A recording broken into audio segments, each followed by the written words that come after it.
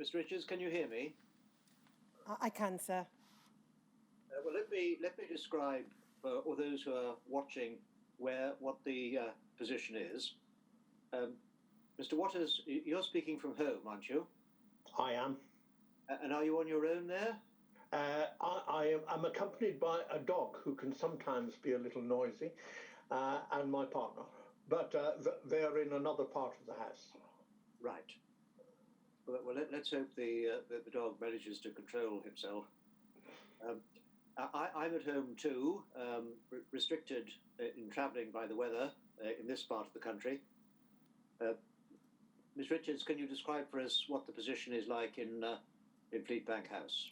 Certainly, sir. I'm here with Ms. Fraser Butlin. We have one member of the inquiry solicitor team. We have our document display engineer and a couple of members of the inquiry team to ensure the smooth running of the hearing. And we have Mary to swear Mr. Waters. Mr. Waters, you're speaking not just to me and to Ms. Richards and to those who are in the hearing room, but to what I expect to be round about 200 viewers, both on YouTube and on a direct feed around the country. They'll be at home, I imagine, in very much the same sort of position as you and I are. So bear in mind that when you're speaking to a much larger audience than you will see on the screen. Without more ado, I'm going to ask Mary to ask you to take the oath. Mary, would you do so, please?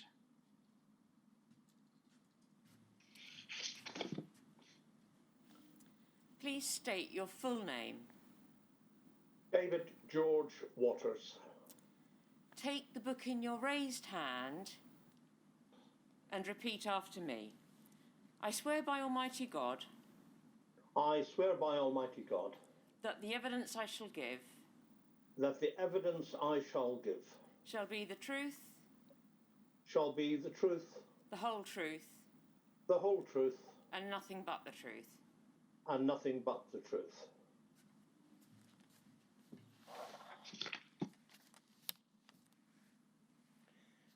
Mr. Waters, can you see and hear me okay? I can indeed. I'm going to start by asking you some general questions about your job and your responsibilities at the Haemophilia Society and about the Haemophilia Society's organisation and structure. Before you joined the Haemophilia Society, you'd undertaken various jobs, broadly speaking, in the charitable sector. Is that correct? That's correct. And then you joined the Haemophilia Society in early 1981. I think we've got documents that suggest your appointment was discussed and confirmed on the 28th of January 1981. Yeah. Your job title for the first 5 years was coordinator, and then in 1986 you your job title changed to general secretary. Was there any difference between those two roles? Absolutely no difference whatsoever. Now, you've told us in your statement that when you arrived, you had little or no idea of what the job was going to entail, and there was no desk or office for you. Is that correct? Absolutely correct. It was quite a surprise because I had come through a very rigorous selection process. And then I rang the doorbell and was met by a blank-faced secretary who kind of said, "Yes, who are you?" And can you tell us, at the time you joined the Haemophilia Society, and leave aside for the moment executive committee members, trustees, because we'll come on to that in a moment, in terms of other employees working in the office, how many were there? There were 2 part-time secretaries who worked mornings only. Now, in terms of your role and responsibilities, can you give us a broad idea of what your job entailed when you took up the role in 1981? Well, it was very largely administrative. There was all kinds of administrative things that had slipped and needed close attention. I also, of course, had to learn more and more about haemophilia itself and try and build up a credible office that could do a credible job that was fit for purpose. You say in your statement you had to spend some time learning to know the ins and outs of haemophilia, and you spent some time out in the field with haemophilia centre directors. Before you started, did you have any knowledge of haemophilia? I knew it was a bleeding disorder. But that was it? That was it. Was there any kind of training programme organised for you by the society itself when you arrived? Well, part of that training programme was going out into the field and meeting people. Of course, I learnt a lot from executive committee members who either had haemophilia or were partners of, parents of people with haemophilia as well. And in terms of the time you spent with haemophilia centre directors when you started in order to learn the ropes, do you have any recollection of which centres you went to and what the process entailed? I was quite sure that I went to St Thomas's, the Royal Free and Newcastle. And if patients allowed, I sat in on their consultations, but only with their consent.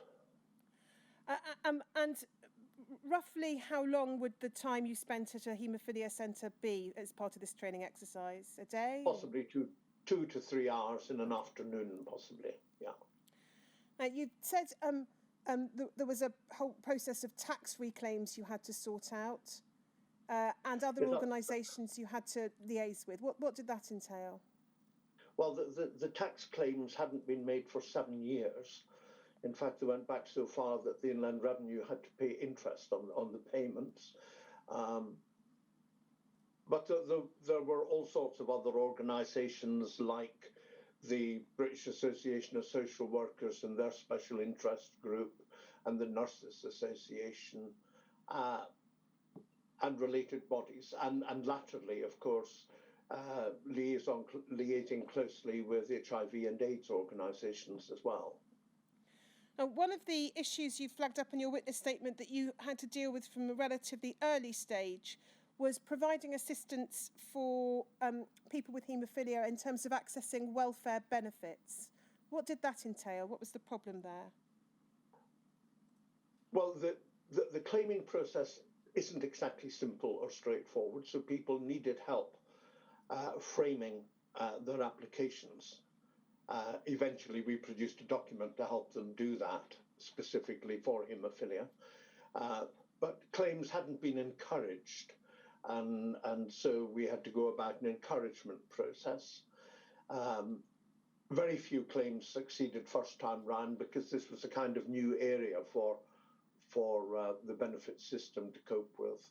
But and so I frequently had to go to appeal tribunals and assist at appeal tribunals. But we ended up winning cases hand over fist, and we got a particularly helpful decision by Social Security commissioners, which helped cases. But of course, this applied to people who had not benefited earlier in their lives from home therapy and all the benefits that followed from that.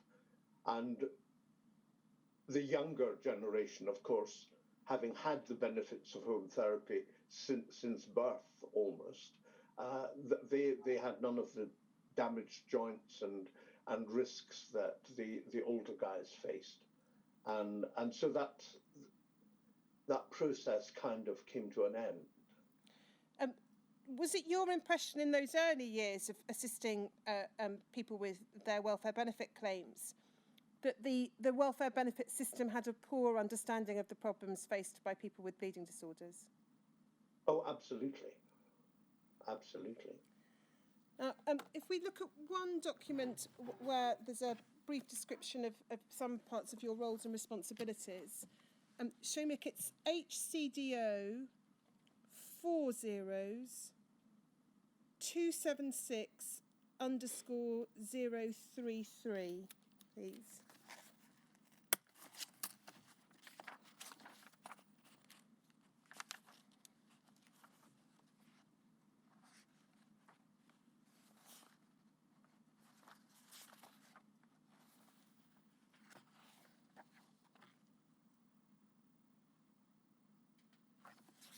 And if we go to what I hope is going to be page 12, Shomek. At least it's got a page number 12 in the bottom left-hand corner. That's it, thank you. So we can see there, this is from the annual report of 1986. So this is at the point in time at which your job title changed. It says the coordinator, excuse me, experienced a reincarnation, emerged as the General Secretary, a title which describes more accurately his present position in the society and the functions he performs. And then the next sentence describes responsibilities. He's responsible for the day-to-day administration of the Society's office and its staff, as well as for general communication with the Society's members by correspondence and telephone. In addition, he has special responsibilities in connection with mobility and attendance allowances, often supporting members personally when they attend appeal tribunals. Now, that's a very general description, but is it a reasonably accurate one? That is a fairly accurate description, yes. You said in your statement that you would report to the chair and to the board, and I'll come on to the society structure in a moment, but to what extent did you have autonomy in terms of the decisions you took? Your statement suggests that you worked very much under the direction of the chair and board. Is that correct? That's correct. I mean, of course, there were on-the-hoof situations where you had to take action immediately. Like, you couldn't go and consult the chairman while you had somebody holding on the line for advice to give them and things like that. Yeah. I'm going to then ask you a little about the society itself. First of all, its aims and objectives. Shomek, could we have PRSE 303316, please?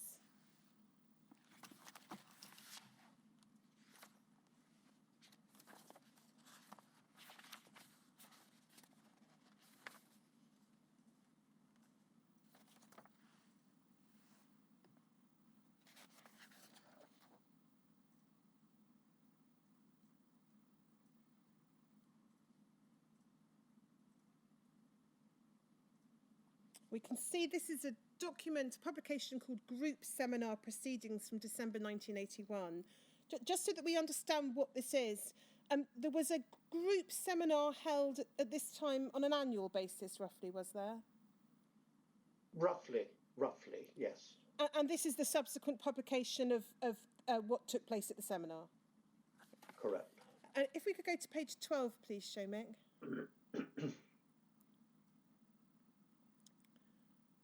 We can see there's a title, an article entitled "The Aims and Objects of the Haemophilia Society," based on a talk by Ken Milne at the Society's seminar held on the 15th of March 1981. And then we can see, if we go a little further down the page, it says the aims and objectives of the Society are set out in the Society's constitution. They are A, to provide a fellowship for sufferers from haemophilia and allied conditions, their families and those concerned with their health and welfare. And Mr. Milne's observation is that that's given as the Society's first aim. B, then, is to safeguard social and economic interests of such sufferers. C, is to promote the study of the cause and treatment of haemophilia and allied conditions. We go to the up to the top part of the page again, please, Shomek. D, to gather and publish information useful to sufferers and the general public. I'm just going to read what Mr. Milne says there, Mr. Waters. This is an aspect of the Society's work on which we place great emphasis. We regard our publications as of great importance, particularly the bulletin, but also the pamphlets we produce, such as notes for teachers. These are all distributed throughout the world, as many other haemophilia societies find them useful. Just pausing on that aim, Mr. Waters, was the publication of documents such as the bulletin, and we'll look at ones like Haemofact later, but was this the main means by which the Society communicated information to its members? Yes, it was, yes. And then we have... sorry, carry on. I was going to say the bulletin was the main method, but the local groups were another method, which was a more local information source. but they would glean most of their information from the bulletin. And I'll come and ask you about the local groups in a moment. And then we see E, to cooperate with the medical and allied professions for the furtherance of the objects of the society. And it said the value of the society's cooperation is recognised by most professionals in the field of haemophilia care. The society has been involved in the setting up of the Haemophilia Nurses Association and the Haemophilia Special Interests Group of the British Association of Social Workers. Moreover, the society is invited to send observers to the annual meeting of Haemophilia Centre Directors, and we'll come back to that, Mr. Waters. F, then, is to cooperate with any other societies or bodies having similar aims, and Mr. Milne identifies, notable among other bodies, the World Federation of Haemophilia. G is to provide financial help where necessary and practicable. H, to do all other things which may legally be done in the furtherance of the society's objects. Does that reflect your understanding of the aims and objectives of the Haemophilia Society during the time that you worked there? Absolutely. Absolutely. If we go to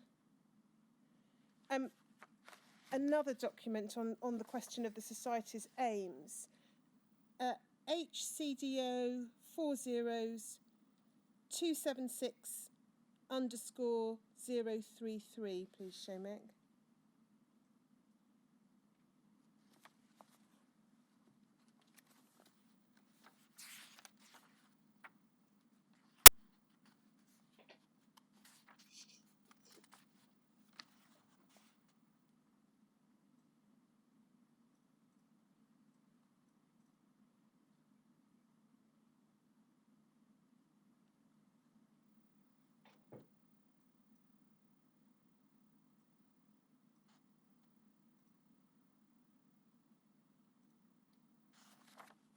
The document we had earlier this morning.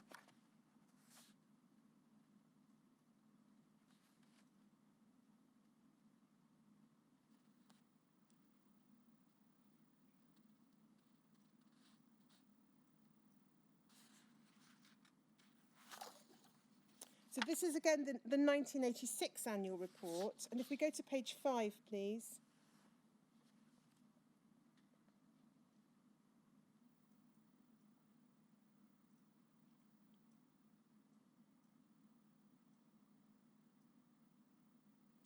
Under the heading Introduction, this document describes the aims of the Society in perhaps a shorter and more concise and focused way. It says this: the aims of the Society are A, to promote research into and the study of the causes, diagnosis and treatment of haemophilia and all related blood disorders, including research into and the development of processes, techniques and drugs for the cure, prevention and or control of all such disorders, and to publish the useful results of such research.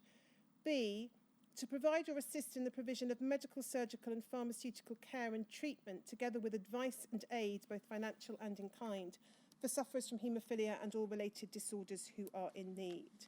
Now, the focus there, Mr. Waters, in part is on treatment for haemophilia and bleeding disorders, understanding treatments, providing information about treatments. Did you understand that to be part of the Society's remit as well? Yes.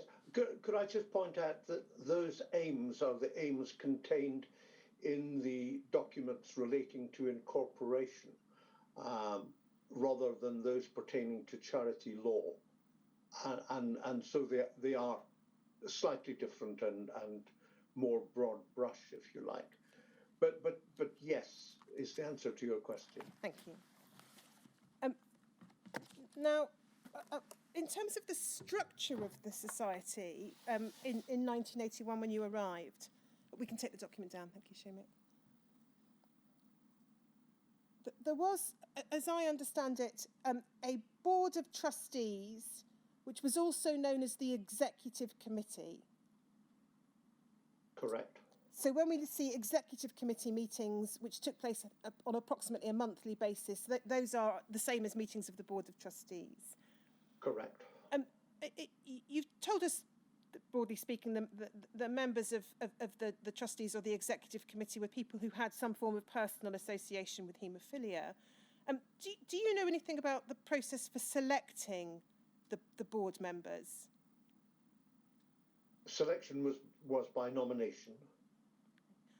There was no hidden criteria or anything like that.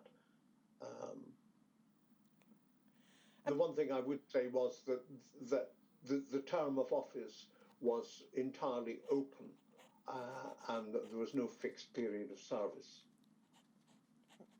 And is this right that in terms of the board, the executive committee, there were none on it who sat there by virtue of a medical qualification? No. And then below, in the hierarchy, below the executive committee was the council, which had 2 representatives from each local group. Is that right? That's correct. And that the council with the local group representation would meet with the executive committee, I think 2 or 3 times a year. Is that correct? Correct. Now, there were a number of other committees. There's the medical advisory panel, which we'll come on to. There was the case committee, whose role, as I understand your statement, was to consider the giving of financial grants to families in need. Is that right? Correct. There was the blood products committee. It's sometimes described as the blood products subcommittee. Were there 2 committees, or is that one and the same thing? It's just one and the same, yes. And then in your witness statement, you say this about the Blood Products Committee. The purpose of this committee was to keep under review, and in particular to be constantly on the back of the Department of Health about the achievement of self-sufficiency in the United Kingdom. So your understanding was that was one of their main roles? Correct. And when you arrived in 1981, was it Mr. Milne who effectively led the Blood Products Committee? Indeed. And you've said, in terms of membership of that committee, that you, or your role, that you probably had a part to play in it, but you don't recall the details of it. Is this right? You weren't a member of the committee, but you would assist the committee, is how I read your statement. I would service the committee. And what does that mean? If they wanted things found out, I would find it out. If there were minutes to be taken, I would take the minutes. You've also said in your statement that one of your roles was to seek clarity and give others the opportunity to respond. Could you elaborate upon that a little? I think that anybody who services a committee will know that sometimes a committee can wander off the point, and my role at times like that would be to be a good shepherd and bring the sheep back into the fold and onto the straight line again. Now, it's clear from some of the documents that we'll look at, and some that we won't look at, but which I know have been sent to you for you to consider, that the Blood Products Committee from time to time visited BPL. It liaised with pharmaceutical companies, had meetings with pharmaceutical companies. It met from time to time with the Department of Health, and we'll look at a couple of those meetings. Was that kind of work undertaken at the direction of the executive committee, or was the Blood Products Committee very much its own master of what it would do? I would say partly both, because the executive committee charged the Blood Products Committee, subcommittee, with a main role being the supply of concentrates in the United Kingdom, whether they came from BPL or from pharmaceutical companies who bridged the gap, as it were, between what we produced at home and what was needed in order to meet the demand. It's a complex situation because human plasma is the derivative. It's not a chemical that you can create. And so it was very limited, and the supply was fragile on account of that. So supply was a key issue for the Blood Products Committee. Was also safety and efficacy of products a key issue for the Blood Products Committee? Indeed. And but a very big problem was supply. All right. Well, again, we'll look at that in a little more detail in due course. And then there was the Research Grants Committee. Just want to ask you a little about that. So if we go, Seamus, please, to HSOC 0029476_033, please.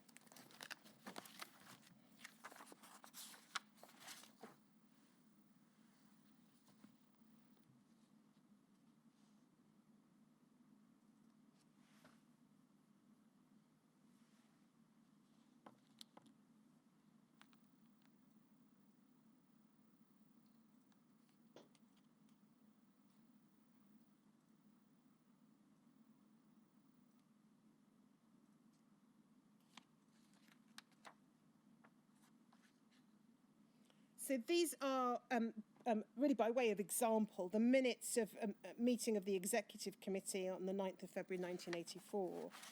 If we go, please, to page 3, Seamus.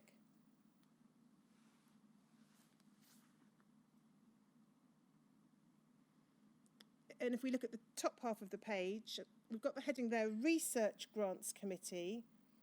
And then we see, it says, the coordinator, that's you, reported that the committee had met earlier in the evening and wished to make the following recommendations to the executive committee. And then there's a recommendation in relation to providing some funding to the Royal Liverpool Infirmary, to the Lewisham Hospital and to the London Hospital. And then if we look at the last bit of that section, it says, proposed restructuring of the grants committee. The coordinator had not been able to draw up a paper to be tabled for this meeting, and the chairman had written to Professor Bloom to obtain his written views. The matter would appear on a future agenda. Now, is this correct? The Research Grants Committee's remit, as the name would suggest, was to consider applications made by clinicians and hospitals for grants to undertake research. That's correct. And it would meet and form views on the applications, and then it would make recommendations which would then be approved or not approved by the executive committee. That's correct. Can you recall who sat on the Research Grants Committee? I'm not looking for names, but was it members of the executive committee, or was it clinicians? Oh, yes, it would be members of the executive committee. Yes. Okay, so it's a subcommittee, as it were, of the executive committee. Yes. And are you able to? Sorry. Oh, occasionally, if there was doubt, an application may be discussed with the medical advisory panel if it was something that exceeded the knowledge of the members of the Research Grants Subcommittee. And then we see this reference to the possibility of restructuring the Grants Committee. I'm not going to ask you to try and recall the details of that, but there's a suggestion here that the chair had written to Professor Bloom to obtain his written views. Do you know why Professor Bloom's views were being sought on the restructuring of the Research Grants Committee? I suspect at that time Professor Bloom was chair of the Haemophilia Centre Directors Organisation. Right. So you think he was being written to in that capacity? In that capacity, yes. We can take that down. Thank you, Seamus. And then the next structural issue I wanted you to assist us with is in relation to the role of the local groups. How did the local groups operate, and what was their purpose and function as far as you understood it to be? Could I just say something relating to research grants before we get there, which involves local groups and council? If the executive committee approved a grant, that had to be referred to council at their next meeting for their endorsement before any payment was made. And you will see reference to that in minutes of council meetings. So the process was the Research Grants Committee would consider an application or request. Its recommendation would go to the Executive Committee, and if the Executive Committee was recommending that the grant should be made, that would be approved by the Council, which included representatives of local groups. Yes, yes. Thank you. So then the local groups, what was their role and remit? Their local group was to be the local presence of the Haemophilia Society, and quite often local problems would emerge through the local group and be reported to me, and after internal discussions we would decide whether to take any action on that. You know, it may be something like some parts of the country suddenly found that their factor 8 supply was being changed regularly, or that there was a shortage of supply and people weren't getting the treatments they needed. And if we look at PRSE 303316, please, Seamus.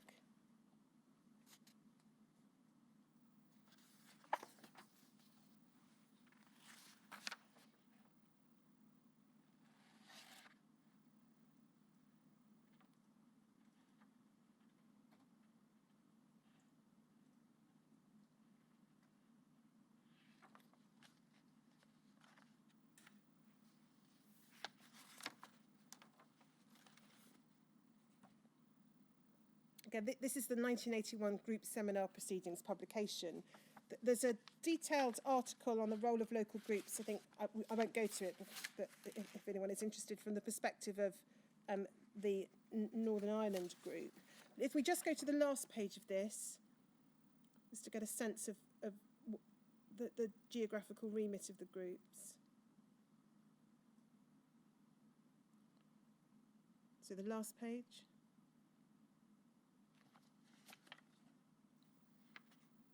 So it should be 2 pages further on. That's it, top half of the page. We see there are 28 local groups there identified, and the map gives us an idea of geography. So we can see that the rough spread there of the groups.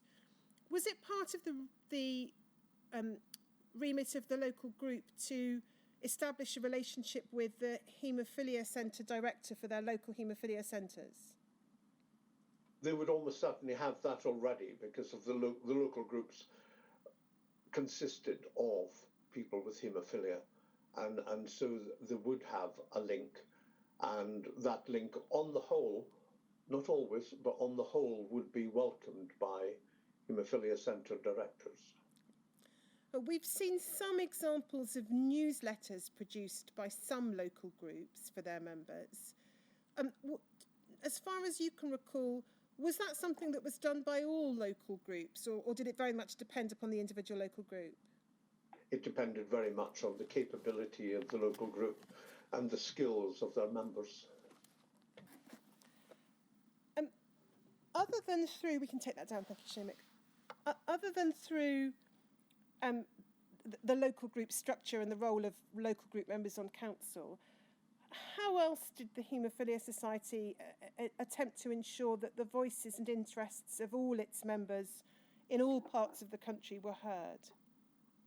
Well, we had a telephone line which operated 5 days a week, and there was an answering service on that. We were kept busy with correspondence from individual members. I mean, it may not sound a lot, but there were sometimes 5 or 6 letters a day. But when you're a very small organisation dealing with a small staff, dealing with 5 or 6 letters a day, some of which could raise complex issues, that was quite a lot. And to what extent, in the course of the 80s, particularly the first half of the 80s, were you able to travel to attend local group meetings across the country? Was that part of what you did? That was part of what I did, yes. Did others involved in the society, executive committee members, did they travel or attend local group meetings on a regular basis?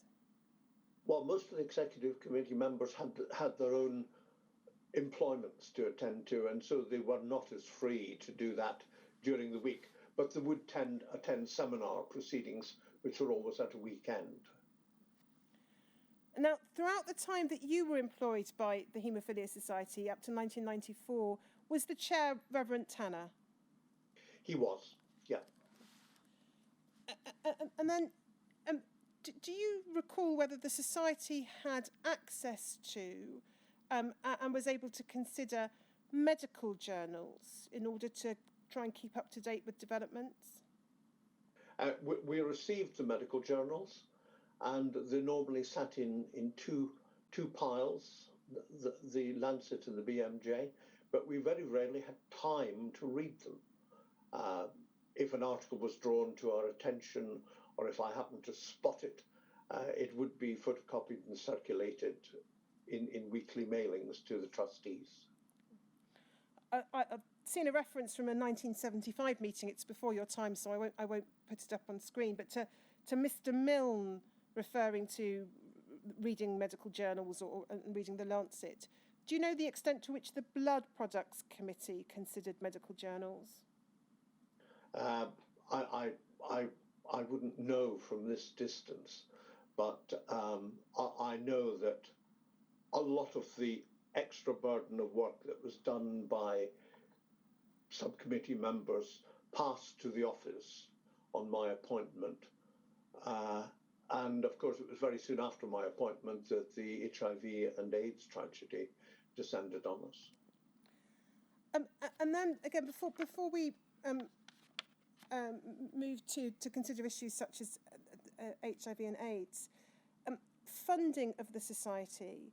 How was the society funded during the years that you worked there, to the best of your knowledge? Well, we must have sent out about 600 appeal letters every year, and that was quite difficult when you were dealing with a manual typewriter. Computerization was a huge blessing to us in that work.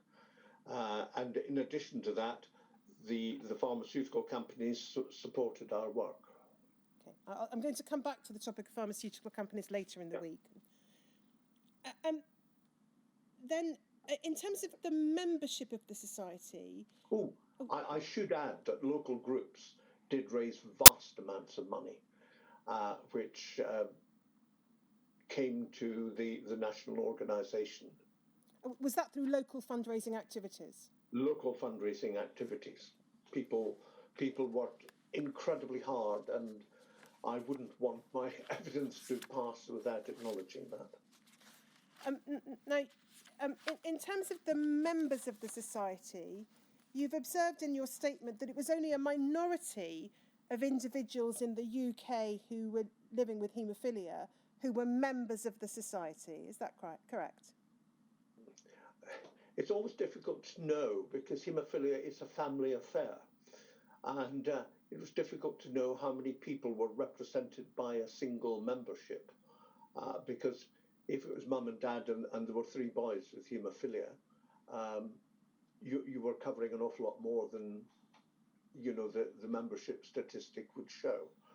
But not everybody chose to be a member of the society, and we're not all clubbable people, really.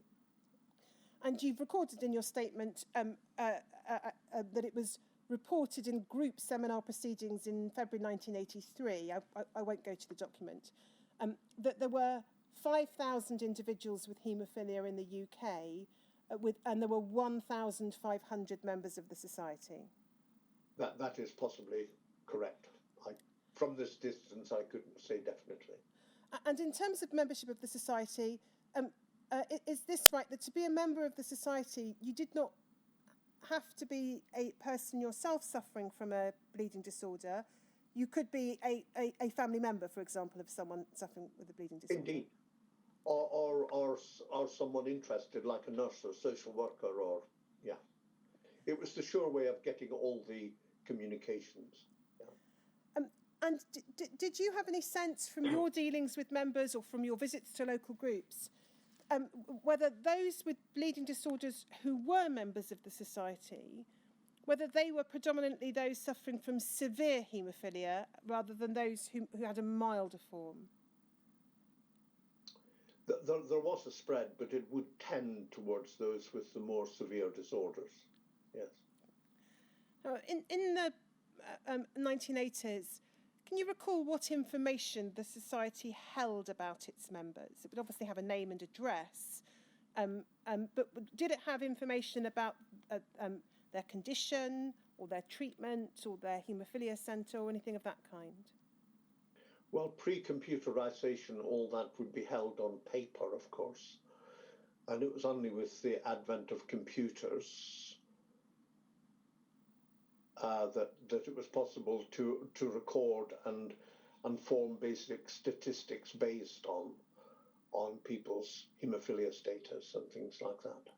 But were there, prior to computerization, were there paper records which held details about individuals other than name, address and membership number?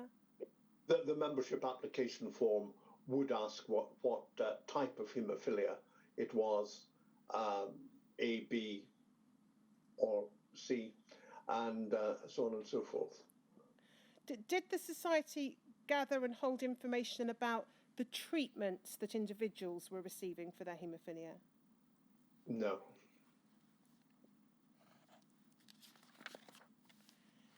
Well, not to the best of my recall, I have to add, yeah.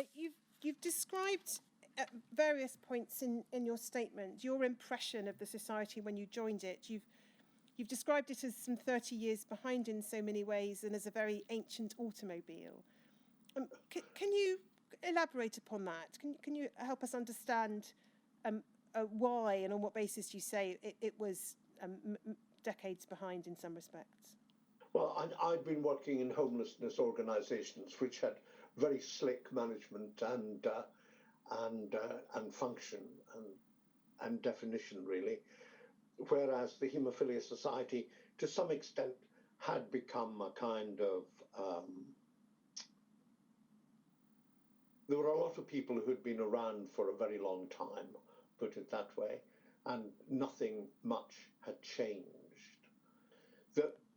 The offices were a suite of 4 rooms, most of which were filled with clutter that served no useful purpose at all.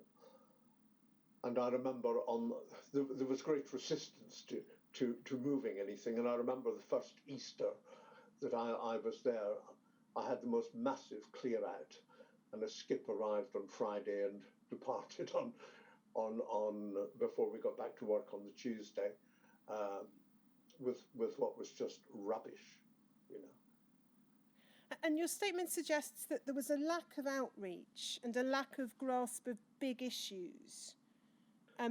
It was very much based on the issues experienced by the trustees themselves, who were attending the bigger centres in London and not realising the predicament that people were in attending a local hospital outpatients department, where there was really no informed knowledge of haemophilia by the medics who were looking after patients and things. That was why it was so important that the reorganisation and classification of haemophilia centres took place, so that everybody knew the point of reference and the chain of command, as it were. You've also referred in your statement to there having been tension which inhibited necessary growth and development. What was the cause of the tension that you recall? Well, there was huge tension about my appointment in the first place. Not me personally, but the establishment of my post, because that was felt by a few to affect their personal power and authority, and they really wanted to hang on to that, and they saw taking in outside staff as quite an infringement upon their power base. And what were the areas that you identified once you had joined, where you thought there needed to be growth and development? Just in outreach generally and giving patients across the country a better voice, both through local groups and through individual contact. That the message I really wanted to get across was the society is here to help you. We're not here to help ourselves. Yeah. You, I think, also said in your statement that a large part of your role was helping members to trust the organisation and see that the organisation had a function and a purpose. Had there been, or was it your impression that there was a problem with trust from members' perspective? It was an impression I gained, yeah. And that was from what? From your visits to local groups and the like? Visits to local groups, communications with it from individual members, and so on and so forth. And what kind of action did you take or attempt to take to bring the society up to date, to try and make it more purposeful? Well, improving communication, modernising some of the systems, although it was difficult to modernise a manual typewriter, really. But I do think we introduced electric typewriters with memory banks. I remember now electric typewriters with memory banks, which were transformative as well. But a precursor of the computer era.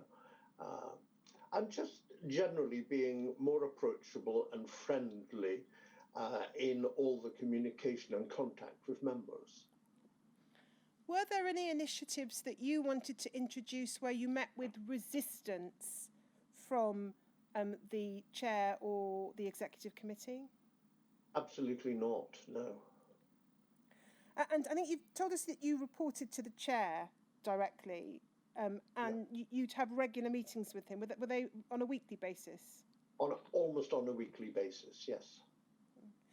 And how did those meetings fit into the structure of the Society's decision-making? Were there decisions that the chair could make on your recommendation that did not need to go through the executive committee? They would be fairly minor matters. But on the whole, it was to keep the chairman informed so that as issues arose, he knew the background to them and what was in the picture. Now, in terms of the Society's relationship with other organisations, you've touched on that already. In terms of international relations, what was the Society's relationship with the World Federation of Haemophilia? It was close. It was close. Father Tanner played a leading role and on the executive committee of that body. I mean, like the Haemophilia Society in the United Kingdom, they were a very small fledgling organisation that really operated off the corner of Frank Schnabel's desk in Montreal. And he had one part-time secretary, dear Sheila. But our relationship was close, and I visited their offices more than once just in order to keep good communication and good relationships going. And did Society members usually attend the Congress that was held by the World Federation of Haemophilia? Well, they could be held anywhere in the world, yes. and they were quite expensive. But we did offer sponsorships to individuals to come along with executive committee members. And then, were there other international bodies or bodies located in other countries that the Society had a particularly close relationship with? We had very close relationships with the Haemophilia societies in Holland, slightly less so in France, but very strong relationships with Canada, the USA, and Australia. In fact, the then heads of my equivalents in Canada and Australia, we remain close friends to this day. We shared much pain together, I can tell you. And in the pre-email era, pre-computer era, how were those relationships maintained? Was it a question of visits being made to other countries, or meeting at the World Federation of Haemophilia, or telephone conversations, correspondence? How did it work? It'd largely be meetings at World Federation and communication in writing, or by telephone, which was, of course, very expensive in those days. And then, in terms of UKHCDO, I think we know from documents that the Haemophilia Society had been invited to send representatives to annual UKHCDO meetings from 1974. Is this right, that the Haemophilia Society's attendance was generally at the annual general meeting of all Haemophilia Centre directors, not the smaller meetings held by reference centre directors? That's correct. And what was the purpose of the Haemophilia Society's attendance at those meetings? I suppose it was just to build bridges between the national patient organisations and those involved in treatment and care. You've described the relationship in your statement as, I think, respectful and cooperative.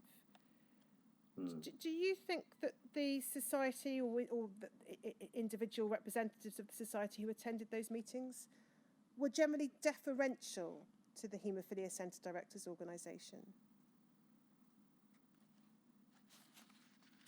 Yes. But at the same time, we now know with hindsight and reading papers that we otherwise wouldn't have had access to, that they possibly were not quite as worthy of that deference as there were. And we'll come back to that, but by that I think you mean, and please correct me if I'm wrong, that there was information during the developing AIDS crisis that you think wasn't shared fully with the society. Correct. And we'll explore that over the course of the week. You do say in your statement that this about executive committee members attending UKHCDO meetings, that they were interrogating the physicians about their role and their decisions and their view of the future. What did you mean by that, by interrogating the physicians? Yes, interrogation in light of what I was reading last night in the documents you sent over yesterday. It is a very strong word. I think they were possibly massaging them about the treatment and things like that. Okay. So asking questions, but not necessarily challenging the clinicians. Absolutely, yes, yeah. And you've also described in your witness statement a concern you hold now, I think, that the UKHCDO may have been very secretive.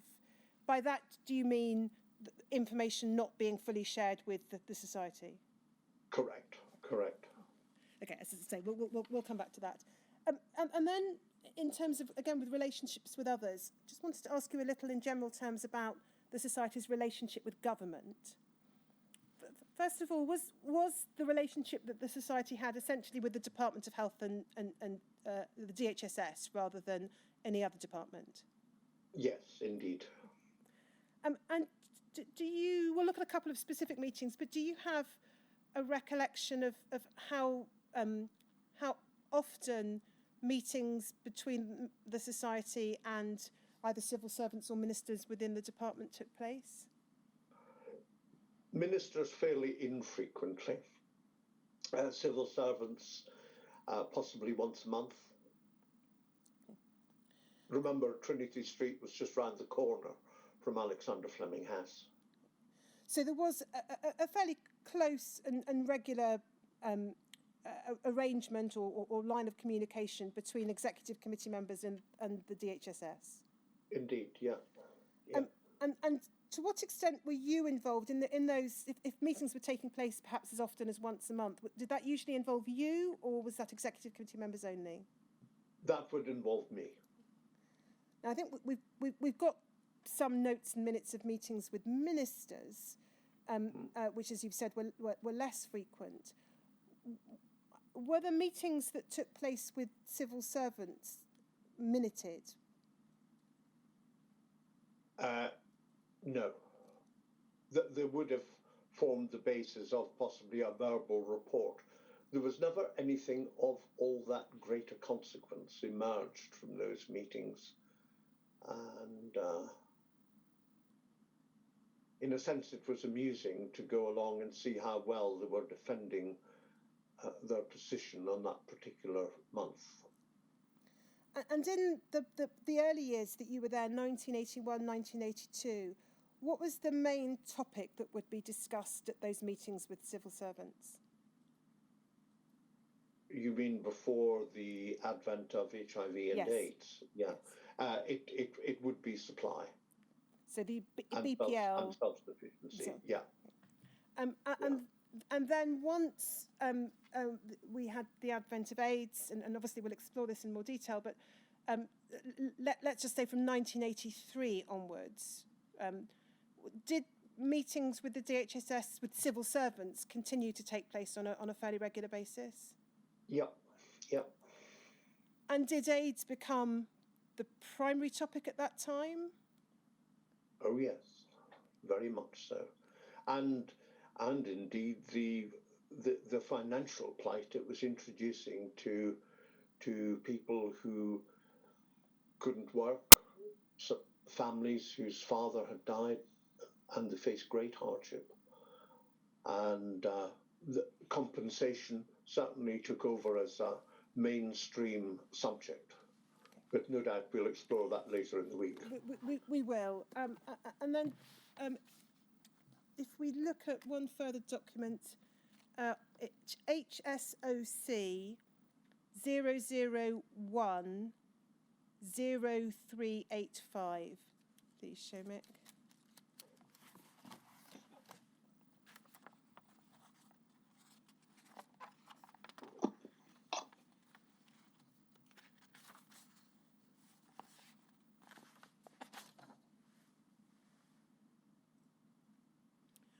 We can see this is an executive committee meeting in November of 1991. If we go to page 4, please.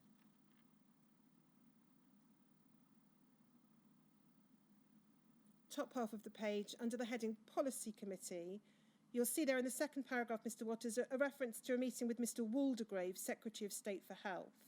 Not going to ask you about the detail of what was discussed, at least not at this stage, but if we look towards the bottom of that paragraph, you say this, or you're recorded as saying this: Mr. Waters remarked that the Society had done well to have seen Mr. Waldegrave. It was a privilege to see a Secretary of State, not just ministers. And the committee expressed satisfaction and approval. So the impression that gives is that it was rare for your meetings to involve the Secretary of State himself or herself. It was usually with junior ministers. Correct. Thank you. We can take that down. Thank you, Shomik. Now, I wanted to ask you next about the medical advisory panel. If we go, Shomik, to PRSE, no, sorry, we'll try this. HSOC 0022901.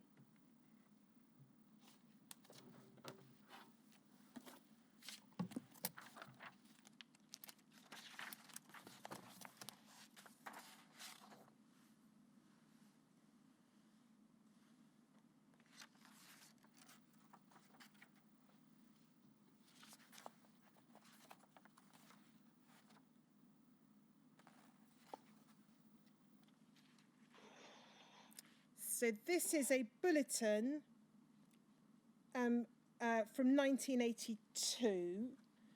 And if we go, please, to, I think it's page 7, Shomik.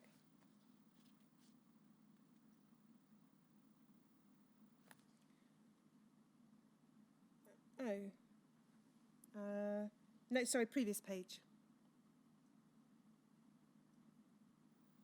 That's it. Functions of the Haemophilia Society.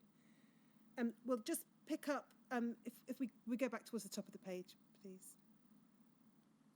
we can see that the second paragraph down refers to the medical advisory panel. It says this: the medical advisory panel has no executive role in the society, but we would ignore their advice at our peril, exclamation mark. There is a fairly continual exchange of information and advice between the officers and the panel, although the formal meetings with them as a panel are few. Their support has enabled us to open many doors that would otherwise have been closed to us. Now, first of all, as I understand it, the medical advisory panel existed as an entity before you arrived. Correct. What do you understand by the reference to ignoring their advice at our peril? I suppose it would refer to the fact that we could be setting up a direct conflict between patients and those who treat them. Was there also a sense... But that's only a supposition. Was there also a sense that they were the clinicians and that they somehow would know best on matters of medicine and science? That's certainly true. I used to tell them that actually the patients with haemophilia knew best because they lived with the condition 24 hours a day and not from 9 till 5. But that was never terribly popularly received, I have to say. And then it says that there were few formal meetings with them as a panel, but a fairly continual exchange of information and advice. We're obviously going to look at some individual examples of correspondence by letter between you or the chair with members of the panel. But what do you recall from, again, the first half of the 1980s when you arrived? How did you interact with the panel and its members?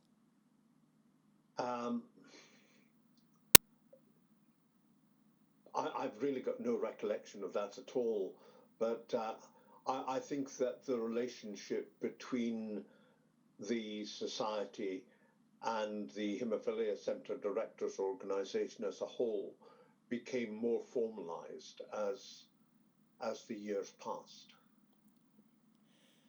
But would you agree with the characterisation here of there being a fairly continual exchange of information and advice? I think that's a very generous view given what we know now. And then it says in the last sentence, their support has enabled us to open many doors that would otherwise have been closed to us. Do you understand what that's referring to? I can think of no such doors that were opened at all. May I just ask a question here? If you look at the top of the sentence where it begins, there is a fairly continual exchange. The word used is exchange. It isn't flow of information and advice. So this suggests that advice was coming from the officers to the panel, as well as from the panel to the officers. What advice do you think Mr. Prothero had in mind that the officers were giving the doctors? I would have no idea, sir. Was it in reality one-way advice? That would be my suspicion. Thank you. And then if we can see that a number of years later, that was 1982, a number of years later, attempts were made to reorganise the medical advisory panel and introduce proper terms of reference and make it more formal in terms of its structure. I think we don't need to look at the various iterations of different documents produced, but if we just go to HSOC 0010 470, please.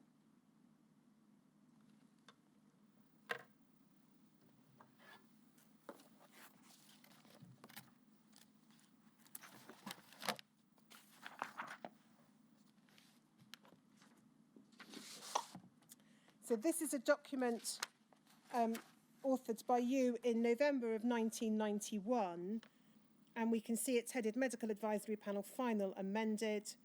The Haemophilia Society has had medical advisors since the inception of the society.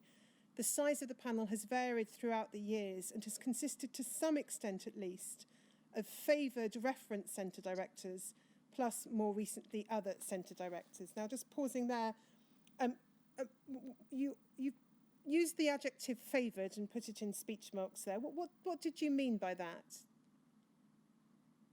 I think I meant well-known, long-serving. Of course, I wrote it not realising I'd be asked questions at a blood inquiry today, of course.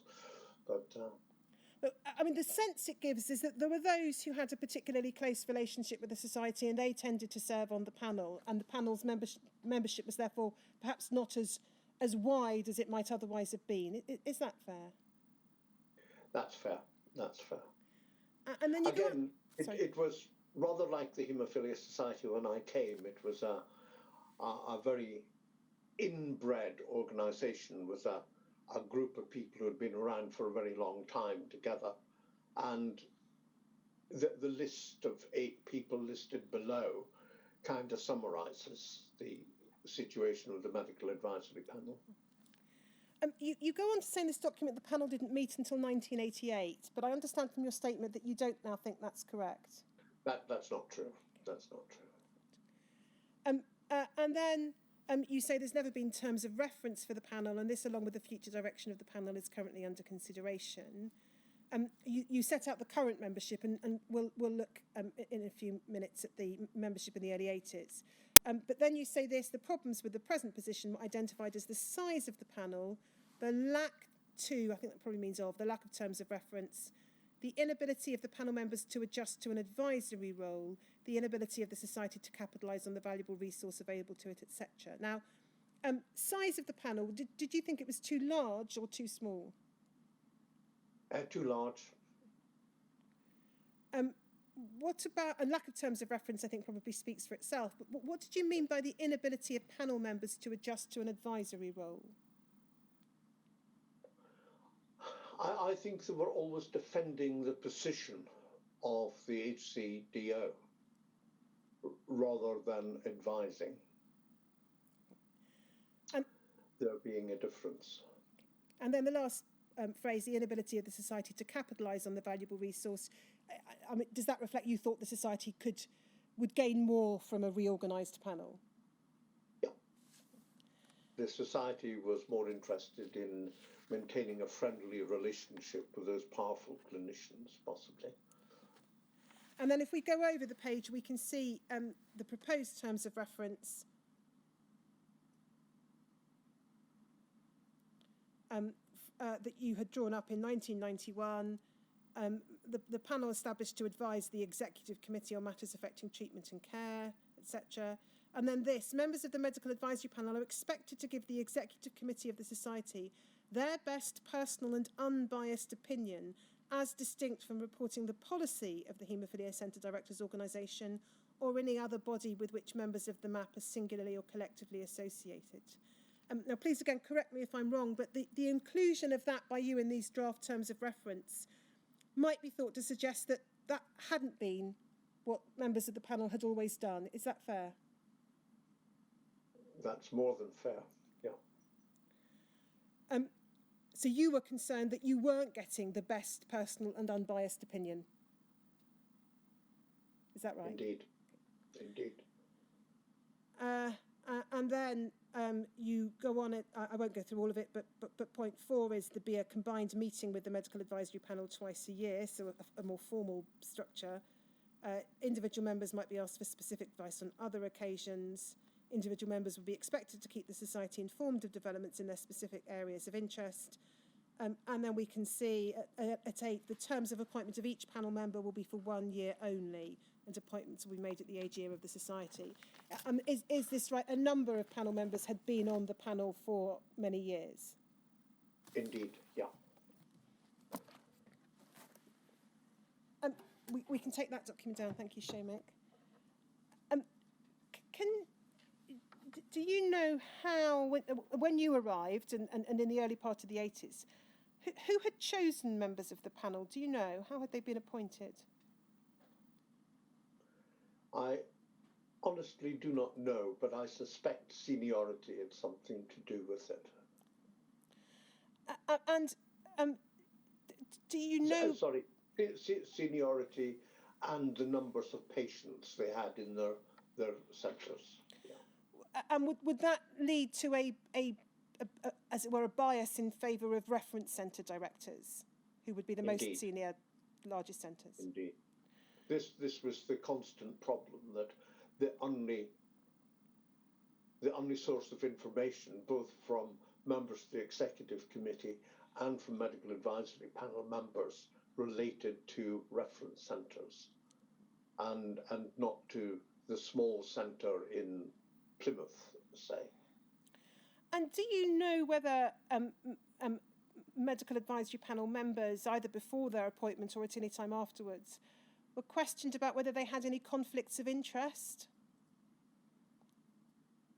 For example, whether they had associations with or funding from pharmaceutical companies? That's a terribly modern concept, of course, but no, I don't think that ever arose. And was there any remuneration for members of the medical advisory panel? None whatsoever. And I think there was a reference there in the document you just showed of refunding travel costs or something. And then if we just look at the membership in the course of the first half of the 1980s, Seamus, if we could go please to HSOC 0019918027, please.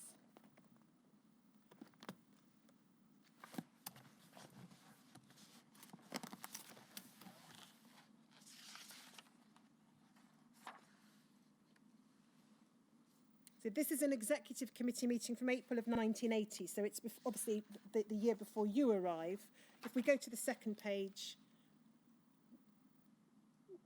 we can see about halfway down the page, point 5, appointment of medical advisory panel, and we can see who at that stage constitutes the panel: Dr. Biggs, Dr. Bloom, Dr. Davis, Professor Hardesty, Dr. Jones and Dr. Ritzer. And then Professor Ingram, who has recently retired from St Thomas's Hospital, has agreed to be re-elected on the understanding that he will give advice only on general matters. Council agreed unanimously on the re-election of the above medical panel. So it appears that the process of re-electing them, as it were, goes through fairly straightforwardly on the nod, as it were. Indeed, indeed. I suppose Dr. Jones was the new boy on the block in those days. Yes, although a reference centre director as well. Yeah. And then if we go, please, to HSOC 0019508, please, Seamus.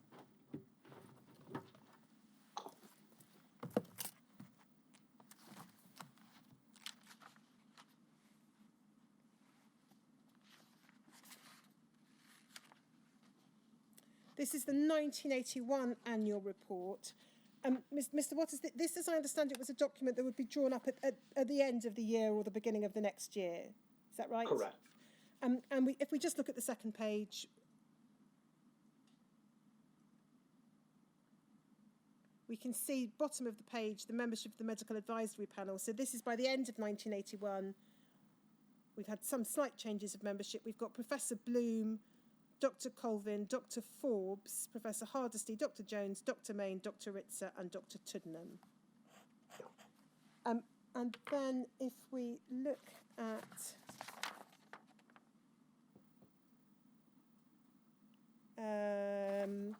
HSOC 00199918_035, please, Seamus.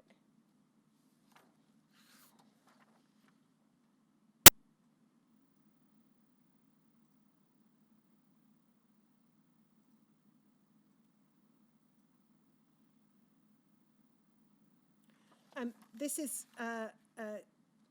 minutes of a meeting of the Council of the Haemophilia Society in April 1982, and it just tells us a little more about the appointment of additional members to the panel. So if we go to the second page, please.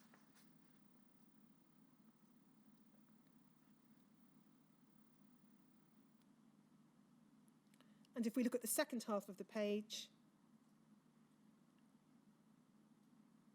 under the heading Appointment of Medical Advisory Panel, Mr. Poulton reported that following the March meeting of the Council, he'd consulted with Professor Bloom and upon receiving his approval had approached Drs. Colvin, Main and Tuddenham to invite them to become members of the Medical Advisory Panel. And then we get the enlarged membership that we just saw. Can you assist with this? Why was Professor Bloom being consulted and asked to give his approval to the Society's appointment of members to the panel? Well, as I suppose as chair of the HCDO, he would know whether the people concerned would be reliable, informed MAP members. Was there, do you think, a risk that by going through the appointment process in that way, seeking the approval of Professor Bloom, that you might exclude those who had a different view or might be interested in challenging the views of the established directors? Yeah, nothing wrong with nepotism so long as you keep it within the family, really. And was that your sense that in terms of the medical advisory panel, it was nepotistic? It reflected largely the direction of the reference centre directors? Correct. Yeah.